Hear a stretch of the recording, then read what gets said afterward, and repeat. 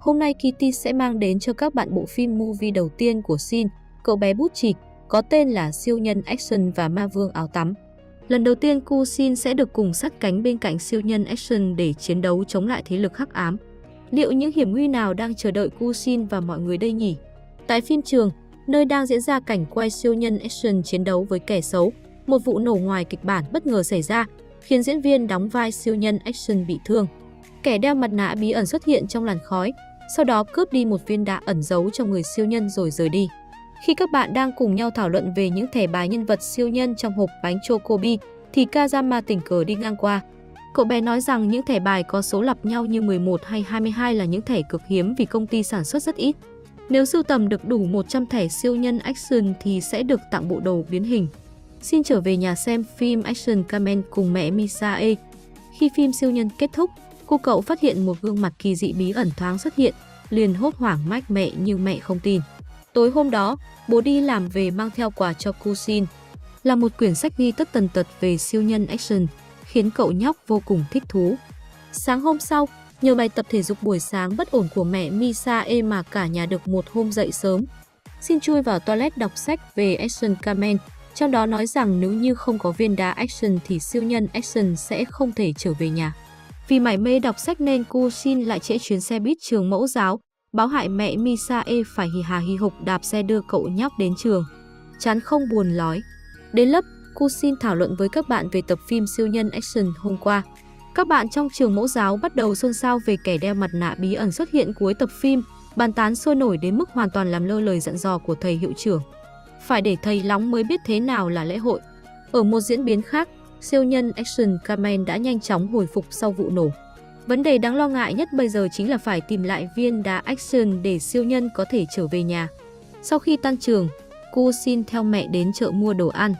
Nhóc con bắt đầu làm đủ trò để vòi vĩnh mẹ mua bánh Chocobi yêu thích. Không được lại bắt đầu ra đường ngồi ăn vạ, suýt thì bị xe đủn. Hai mẹ con tình cờ bắt gặp một tiệm tạp hóa nhỏ trong con hẻm. Bà lão chủ tiệm mang ra một khay bánh Chocobi cho Shin lựa chọn. Thật bất ngờ là Kyu Shin đã chọn được hộp bánh có chứa thẻ siêu nhân số 99 cực kỳ hiếm có, được gọi là quân bài ảo vọng. Sau khi hai mẹ con Kyu Shin rời đi, bà lão mới hiện nguyên hình thật sự, chính là người bạn đồng hành của siêu nhân Action Mimiko. Đã đến kỳ nghỉ hè nên cả nhà Shin quyết định sẽ làm một chuyến đi biển. Với trình độ chật hẻm đỉnh cao để tránh kẹt xe của bố Hiroshi, cả nhà đã nhanh chóng có mặt tại bãi biển. Kyu Shin nhận ra có một bức tượng siêu nhân Action Kamen khổng lồ, bèn kéo bố mẹ đến xem. Shin nhanh nhảu chui vào trong, tình cờ gặp một người đàn ông bí ẩn. Ông ấy chào mừng cả gia đình Shin đến với căn cứ của siêu nhân Action.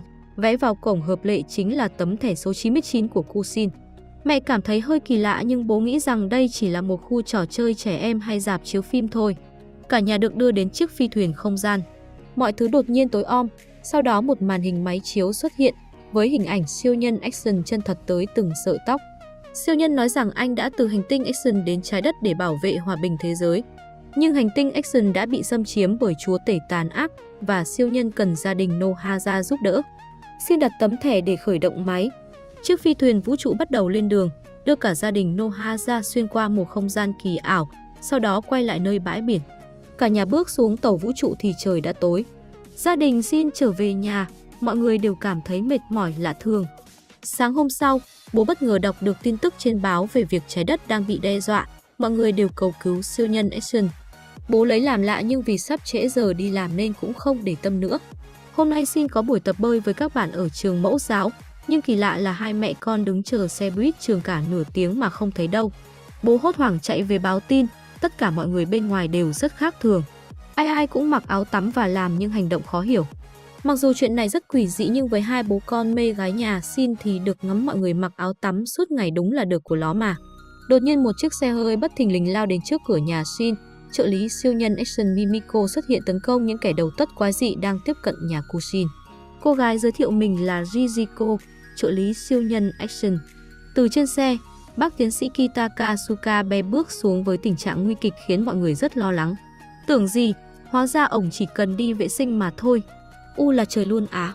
Tại trụ sở của tên ma vương áo tắm, đàn em báo tin với ma vương rằng đã làm mất dấu tiến sĩ Kitaka Asukabe.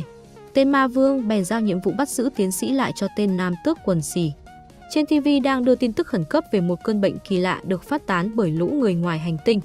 Chúng đã chiếm đóng một khu vực của thành phố và thiết lập một ngọn tháp làm trụ sở. Những người dân bị nhiễm bệnh sẽ luôn luôn mặc áo tắm và làm hành động quái lạ kia. Chúng thậm chí còn chiếm sóng truyền hình và đe dọa người dân trái đất. Jijiko nói rằng mọi chuyện bắt đầu từ 3 tuần trước. Một phi thuyền kỳ lạ đã ập xuống trái đất và dùng tia áo tắm tẩy não người dân. Dù quân đội đã tấn công nhưng vẫn không đánh bại được ma thuật của chúng. Kết quả cả thành phố đều bị tẩy não. Bố mẹ kinh ngạc vì họ không hề biết chuyện này. Jijiko nói rằng thật ra cả nhà Shin đã được đưa đến một thế giới khác. Trong lúc này, cu Shin đã tay máy tay chân vào đồ đạc của bác tiến sĩ. Cu cậu tìm thấy một thứ giống viên kẹo phát ra tia sáng lấp lánh, cứ lủm vào miệng trước đã. Jijiko giải thích mọi chuyện cho bố mẹ Shin. Thật ra có đến 2 trái đất tồn tại song song ở 2 không gian khác nhau. Tấm thẻ cực hiếm số 99 của Shin và viên đá Action có thể tạo ra một cánh cổng du hành giữa 2 thế giới. Gia đình cu Shin với nhân phẩm cao đã sở hữu tấm thẻ đặc biệt, vì vậy trở thành những chiến sĩ Action được đưa đến để giải cứu thế giới này. Cô bé Jijiko ở đây chính là em gái sinh đôi của Mimiko trong thế giới của cu Shin. Cả hai đều là trợ lý của siêu nhân Action. Tiến sĩ hốt hoảng chạy vào hét toáng lên rằng đã mất viên đá Action khiến cu Shin giật mình nuốt luôn viên đá. Nếu không có nó, siêu nhân Action sẽ không thể trở về thế giới của mình. Gia đình Shin cũng không trở về được thế giới thật được nữa. SOS. Xe buýt trường mẫu giáo bất ngờ xuất hiện trước cửa nhà Shin. Thầy hiệu trưởng bảo rằng chỗ này rất nguy hiểm, yêu cầu mọi người nhanh chóng lên xe ri tản chỗ khác. Đúng lúc này, nam tước quần xì bất thình lình chặn đầu xe buýt, đe dọa tiến sĩ Kitaka Tsukabe phải đưa ra viên đá Action. Đang tỏ ra ngầu lòi đáng sợ thì cu Shin âm thầm tiếp cận từ phía sau, tặng cho một chưởng thốn đến tận rốn khiến hắn gục ngã. Thầy hiệu trưởng nhân cơ hội này lái xe bỏ chạy, không ngờ tên nam tước đã nhanh chóng đuổi theo, nắm được đuôi xe và nhấc bổng nó lên với sức mạnh phi thường. Đang đắc chí thì cu Shin liền mang chiếc súng phun nước hiệu con voi bắn hắn không chợt phát lào. Đúng là không chơi gì qua nổi chơi dơ. Hắn tức giận muốn đuổi theo xe buýt, nhưng ma vương áo tắm xuất hiện và ra lệnh cho hắn dừng tay. Tiến sĩ dự định sẽ đưa mọi người quay về căn cứ bí mật của mình và tìm cách lấy lại viên đá từ trong bụng cô Shin. Cô Matsuzaka chạy đến chặn đầu xe, xin được di tản cùng với mọi người. Những người khác ở trường mẫu giáo, bao gồm cả vợ thầy hiệu trưởng đều đã dính chưởng của tên ma vương áo tắm. Tại trụ sở của tên ma vương áo tắm, các thuộc hạ xấu xa của hắn đang báo cáo tình hình. 3 chị em Belly Ban đã tuân lệnh hắn và xâm chiếm hầu hết Tokyo, tiếp đó sẽ lan rộng sang các thành phố khác. Nam tước quần xì vì không hoàn thành tốt nhiệm vụ nên đã bị trừng phạt dã man. Kế hoạch của hắn chính là cướp đi viên đá Action để siêu nhân Action không thể trở về thế giới này nữa, như thế hắn sẽ thống trị nơi đây. Nhưng tiến sĩ Kitaka Tsukabe và đồng bọn đã chế tạo ra một viên đá khác. Mục tiêu bây giờ của hắn là tìm ra căn cứ bí mật của tiến sĩ và tiêu diệt toàn bộ. 3 chị em Belly Ban đã được hắn giao nhiệm vụ kéo 500 anh em đến làm gỏi căn cứ của tiến sĩ. Xe buýt trường mẫu giáo đã đến một căn nhà nhỏ trên ngọn đồi hẻo lánh. Đó chính là căn cứ bí mật. Ẩn giấu bên trong là một khu vực nghiên cứu với rất nhiều nhà khoa học khác. Hệ thống an ninh bỗng nhiên báo động, kẻ địch đang kéo đến căn cứ với số lượng rất lớn. Tại sao chúng lại biết vị trí của nơi này kia chứ? Tiến sĩ liền ra lệnh cho mở rào chắn bảo vệ, nhờ vậy căn cứ đã an toàn khỏi đòn tấn công của bọn chúng. Cô Matsuzaka hỏi tiến sĩ về nơi cất giấu viên đá Action, chính là trong bụng cô Shin. Mọi người bắt đầu nghi ngờ vì sao cô giáo lại biết về bí mật viên đá. Đã vậy thì chuyện đây hiện nguyên hình luôn. Cô Matsuzaka đã bị tẩy não và trở thành gián điệp của băng nhóm Belly Ban, vì vậy mà bọn chúng mới biết vị trí căn cứ. Mặc dù cô là phản diện nhưng cánh đàn ông vẫn không thoát khỏi mị lực áo tắm của cô giáo. Matsuzaka nhân thời cơ tấn công người của tiến sĩ và tắt rào chắn. Rất nhanh Belly Ban và đám thuộc hạ đã xâm nhập và bao vây khắp căn cứ. Giờ nào rồi mà còn mê gái hả mấy cha ơi? Chúng bắt đầu bắn tia áo tắm tấn công mọi người. Thầy cô giáo và bạn bè của Shin không may dính chưởng. Rijiko được giao phó phải bảo vệ Shin và viên đá trong bụng cậu bằng mọi giá. Bố Hiroshi và cả tiến sĩ cũng không thoát được nạn. Shin và mẹ được Rijiko đưa đến một nơi trú ẩn an toàn. Việc bây giờ họ cần làm là đến được trụ sở của ma vương áo tắm và lấy lại viên đá Action, kết nối 2 thế giới để đưa siêu nhân Action Kamen trở về thế giới này chiến đấu với tên xấu xa kia. Rijiko mượn tấm thẻ của Shin để mở ra nơi cất giấu vũ khí của tiến sĩ. Đó là một con siêu xe 3 bánh với nhiều chức năng sang xịn mịn, nhưng xu là nó chỉ chở được có 30 kg. Vậy cu Shin và Bạch Tuyết Quốc nó thì lại quá là hợp lý rồi. Bạch Tuyết được đội một chiếc nón kết nối với hệ thống tự động của xe, nhờ vậy trở thành chị Google Maps chỉ đường cho Shin. Hai anh hùng nhỏ bắt đầu lên đường giải cứu nhân loại. Beliban đã phát hiện ra cô Shin đang tẩu thoát nên nhanh chóng đuổi theo.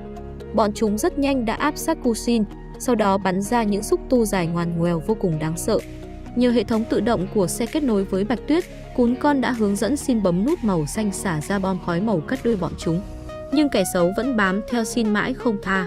Bạch Tuyết bảo Shin nhanh chóng bấm nút màu vàng, khiến chiếc siêu xe biến hình thành một cỗ máy voi bay. Chiếc nút cuối cùng kích hoạt hỏa lực đưa Shin và Bạch Tuyết phóng đi với tốc độ ánh sáng. Mấy cái xe thú nhúng của Beliban chỉ hửi khói chứ không có tuổi. Ba chị em Beliban sợ bị ma vương áo tắm trừng phạt nên vẫn cố chấp đuổi theo bắt cô Shin. Trong lúc truy đuổi, vì chạy tẹt ga nên mấy con xe quèn của Beliban đã nổ bánh xác. Cả ba rơi tự do từ trên không trung xuống. Tưởng đâu sắp Shin vĩnh biệt cụ đến nơi thì cô Shin bất ngờ xuất hiện, dùng vòi voi kéo mấy chị gái, cứu họ một mạng. Vì cảm kích ơn cứu mạng của cô Shin tốt bụng nên Beliban quay xe, không truy đuổi Shin nữa.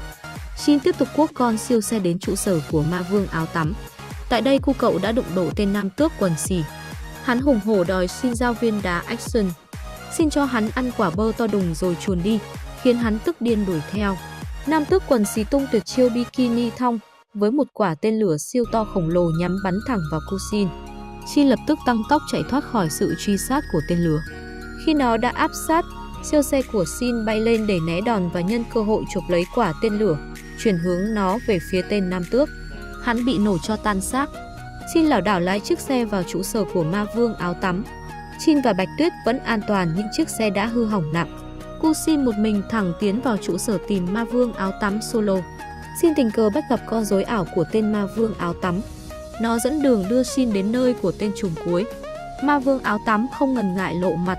Thấy cái body và đôi chân nột nà hết nước chấm, cô Shin phấn khích nghĩ rằng đó là một chị gái xinh đẹp. Chị bắt giam Shin cả đời cũng được. Nhưng mà xin lỗi cưng, trụy đây BD. Trời ơi cú tui.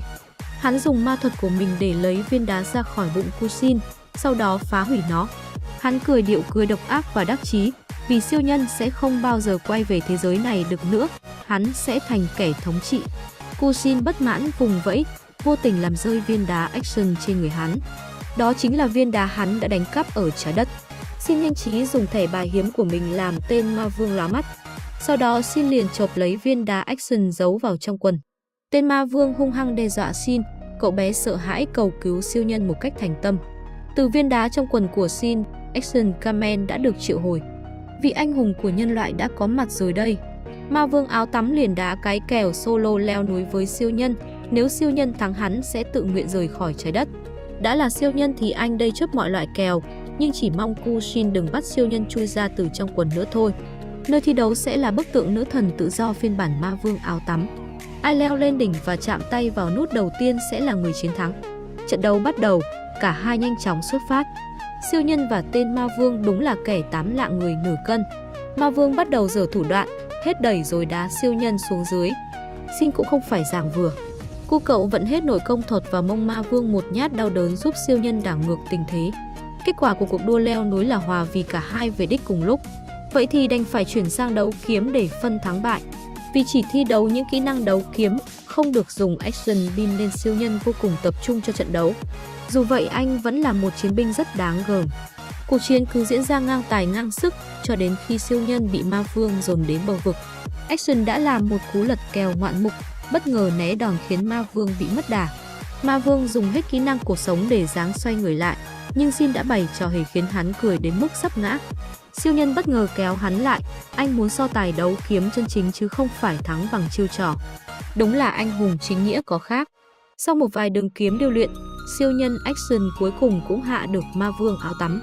Nhưng hắn không đầu hàng như thỏa thuận, không đáng mặt đàn ông. Thì chị đây BD mà mấy cương. Ma vương biến thân thành hình dạng quỷ dị đáng sợ. Đến cả action beam của siêu nhân cũng không ăn thua, ngược lại siêu nhân còn bị hắn khống chế. Cô Shin cảm thấy sợ hãi nhưng vẫn cổ vũ siêu nhân hết mình. Cô cậu bất ngờ phát hiện tia năng lượng phát ra từ viên đá trong tay. Shin dùng hết khả năng tạo ra action beam y như siêu nhân. 2 chọi 1 không chột cũng què, nhờ có sức mạnh gấp đôi của action beam, tên ma vương xấu xa đã bị hành cho ra bã. Cô Shin và siêu nhân cùng làm ký hiệu chiến thắng với điệu cười ha ha ha đặc trưng. Tên ma vương áo tắm đã thừa nhận thua cuộc, nhưng hắn hứa hẹn sẽ quay trở lại vào một ngày không xa. Sau đó hắn đã kéo quân rời khỏi trái đất, trả lại bình yên cho nơi này. Mọi người đã hồi phục như ban đầu một cách bình an vô sự. Mẹ Misae rất tự hào về Kusin dũng cảm đó nha. Tất cả mọi người cùng nhau cười điệu ha ha ha vui vẻ ăn mừng chiến thắng của chính nghĩa. Gia đình Kusin chuẩn bị lên phi thuyền trở về thế giới thực của mình. Shin sẽ mãi mãi không quên được những trải nghiệm đáng giá cùng với idol action của mình tại nơi đây. Trở về nhà, Shin vẫn mải mê ngâm cứu cuốn sách về siêu nhân. Thì ra bất cứ ai có viên đá action cũng đều có thể sử dụng action beam. Shin bất ngờ được gửi tặng một món quà. Cậu bé hào hứng mở ra, là của siêu nhân action gửi cho Shin đó. Một bộ trang phục biến hình ngầu như trái bầu. Kẻ xấu xa hãy xem Shin ra tay đây. Bố mẹ cũng phối hợp diễn sâu để chơi siêu nhân với Shin. Nhưng dám gọi mẹ làm mụ phù thủy ra thì có bao nhiêu cái action beam cũng không độ nổi cho Shin đâu. Có là anh hùng cứu thế giới nhưng láo với mẹ thì vẫn ăn đòn như thường. Vậy là cuộc phiêu lưu kỳ thú của Kusin đến đây phải tạm khép lại thôi. Bạn có cảm nghĩ thế nào về bộ phim? Hãy để lại bình luận bên dưới cho Kitty biết với nhé. Cảm ơn các bạn đã theo dõi hết video. Kitty sẽ sớm quay trở lại cùng với những câu chuyện hấp dẫn hơn nữa đó. Xin chào và hẹn gặp lại!